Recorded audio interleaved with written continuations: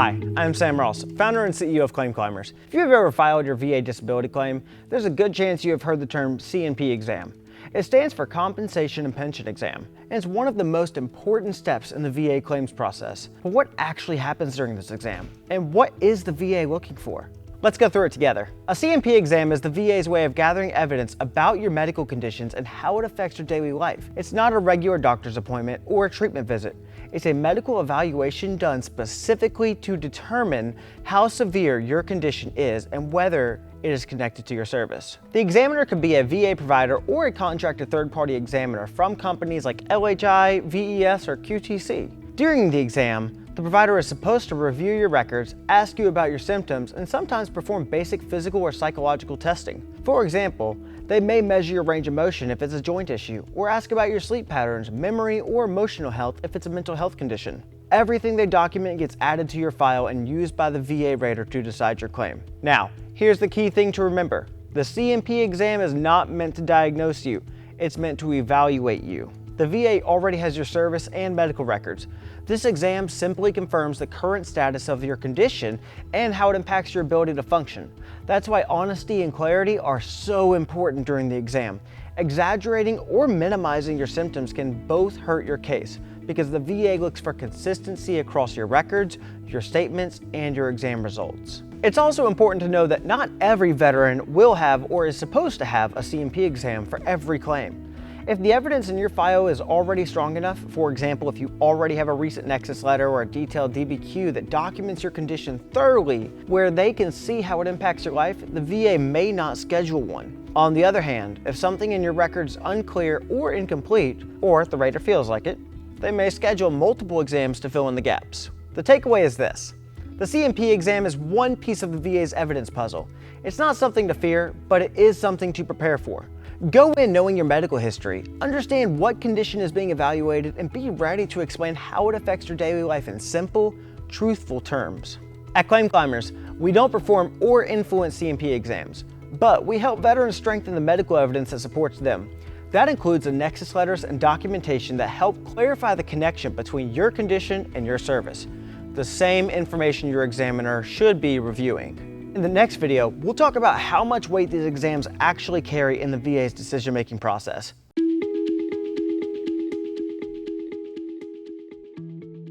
If you have ever gone through a C&P exam, you know how stressful it can feel. You might walk out of that room wondering, how much does that exam actually matter for my claim? And that's a fair question. And the answer is, it carries a lot of weight. But it's not the only thing that decides your outcome. Let's break it down.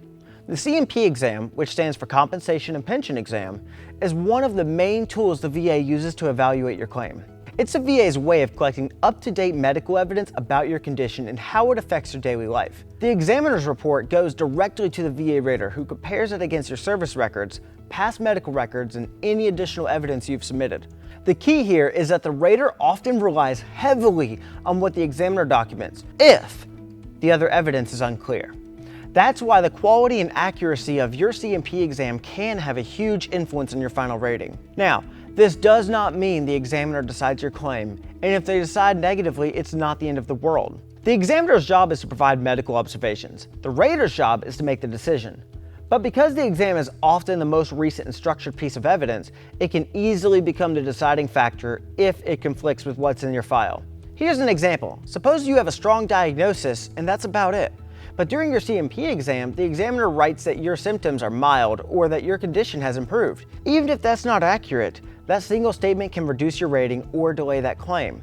On the other hand, if you have a Nexus letter and your exam clearly documents the severity of your condition and aligns with your other evidence, it can validate everything else in your file and strengthen your case dramatically. That's why preparation matters, not coaching or scripting or anything like that, but being ready to clearly describe how your condition impacts your daily life, because it's different for everyone. Be honest, be specific, and stay consistent with what's already in your medical records. The VA looks for patterns and consistency, not exaggeration. Here's the takeaway. The C&P exam carries significant weight, but it's not the whole story. The VA considers your service records, medical evidence, Nexus letters, DBQs, and personal statements alongside it. The exam might tip the scales, but it doesn't replace the need for well-documented, credible evidence. At Claim Climbers, we don't perform or influence C&P exams, but we help veterans strengthen the medical evidence that supports them, especially Nexus letters that clarify the connection between your service and your condition. In the next video, we'll cover what it means if you're scheduled for a second C&P exam and why that can actually be a good sign.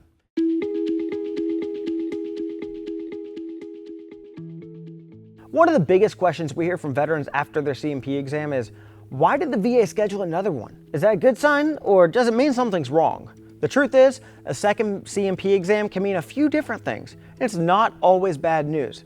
Let's start with the basics. A C&P exam, or compensation and pension exam, is used by the VA to gather medical evidence about your condition. The first exam is usually to confirm your diagnosis, measure the severity, and review your history. If and when the VA orders a second exam, it typically means they need more clarity before making a decision, not that you did something wrong. Here are the most common reasons a second C&P exam is scheduled. First, if you have incomplete or conflicting information. Sometimes the first examiner doesn't answer all the VA's required questions, or their notes are incredibly unclear. The VA might see something missing, like whether your condition limits your ability to work or how often your symptoms occur, and they'll request another exam to fill in those gaps. Second, new evidence added to your claim. If you or your representative submit new medical records, a private Nexus letter, or updated test results after your first exam, the VA may need a second evaluation to consider that new information. This is actually a good sign because it means the VA is reviewing your claim carefully. Third, when it comes to different specialists, sometimes the VA needs specific types of doctors to weigh in. For example, a neurologist for migraines or TBIs, or a psychologist for PTSD. If your first exam was done by a general practitioner, the VA may send you to a specialist for a more detailed assessment. It's also important to know that multiple exams are not unusual. Some claims go through 2 or 3 C&P exams, especially when a veteran has multiple conditions or secondary issues connected to a primary service-related disability. Now, if you're worried that a second exam means denial, it doesn't.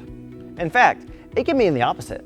It often signals the VA is actively working on your file and wants to make a fully informed decision instead of just rushing to deny it. The key takeaway is this: a second C&P exam is usually a sign of clarification, not rejection. Stay consistent, be honest about your symptoms, and make sure your medical evidence, like a solid Nexus letter, supports what you're explaining in those exams. That consistency across your records, your statements, and your Nexus letter is what helps the VA see the full picture. At Claim Climbers, we don't conduct C&P exams, but we do help veterans strengthen the medical evidence that those exams rely on. That means clear, detailed Nexus letters that support the service connection piece of your claim.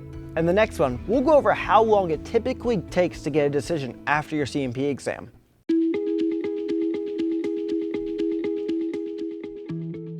One of the most common questions veterans have after their C&P exam is, how long until I get a decision from the VA? That waiting period can feel like forever, especially after going through all the paperwork, medical records, and exams. So let's break down what really happens after your C&P exam and what kind of timeline you can expect. After your C&P exam, the examiner submits a report directly to the VA. This report includes our medical observations, test results, and answers to the VA-specific questions about your condition. Once it's submitted, your claim moves into the what's called decision phase. That's when a VA rater reviews all the evidence in your file, including your service records, medical evidence, Nexus letters, DBQs, and the new C&P report to determine your eligibility and your rating percentage. The timeline for this process varies depending on several factors. In many cases, veterans see movement within 30 to 90 days after their exam. But keep in mind that this isn't a guaranteed window. If you have multiple conditions, complex medical histories, or if the VA requests additional clarification from the examiner, it can take much longer. Here's what usually causes these delays. Things such as incomplete or conflicting information in the exam report. The VA might send that back for clarification. Another thing could be additional evidence submitted by the veteran after the exam, which is okay, but it can restart the clock. And finally, the workload at your regional office, since different VA centers process claims at different speeds. If it's been over 90 days and you haven't heard anything, you can log into va.gov to check on the status of your claim. There, you often see updates like evidence gathering, review of evidence, or preparation for decision, or preparation for notification. These updates give you a general idea of where your claim stands, though they don't always reflect the exact day-to-day progress. The good news is that once your C&P exam is complete, the hardest part, providing evidence, is usually behind you. The next hardest part, waiting is here. The decision phase is about review and verification, not just gathering new information.